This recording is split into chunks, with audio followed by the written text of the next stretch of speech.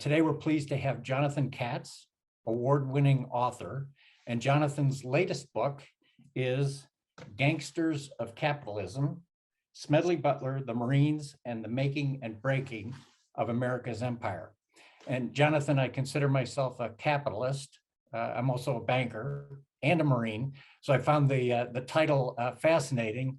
And we all know about Smedley Butler. When I say that, Marines were taught about Smedley. 2 medals of honor, was involved in a potential coup against the United States government. But first, I've got to ask you, Jonathan, how did you get interested in this book? So, well, first of all, thank you very much for having me. I'm looking forward to a great conversation here. I first learned about Smedley Butler in Haiti, where I was the Associated Press correspondent from 2007 until 2011. So when I first moved to Haiti, I read a book, actually a book by a Marine called Written in Blood, which is a very comprehensive history of Haiti. I learned about the US occupation of Haiti, which is something that as an American, I didn't know anything about. Most Americans don't know about it. Haitians very much do. But you know, the United States occupied Haiti from 1915 to 1934, and did so under the leadership of the Marines.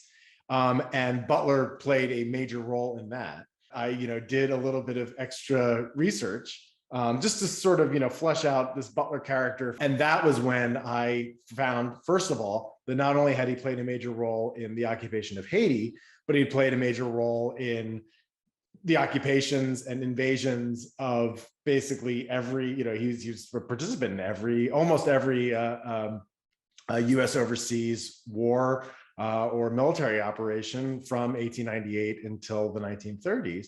And then I learned about his anti-war writings and his anti-imperialist writings, and as you noted, his whistleblowing of the alleged fascist coup against Franklin Roosevelt. And I was like, this is a fascinating person. Like, how did this happen? Who is this person? And I couldn't get this Smedley Butler guy out of my head. And I couldn't get the question out of my head. How did somebody who was twice the recipient of the Medal of Honor, was one of the most lauded, decorated, famous war fighters of his time, how did he then become an anti-war activist?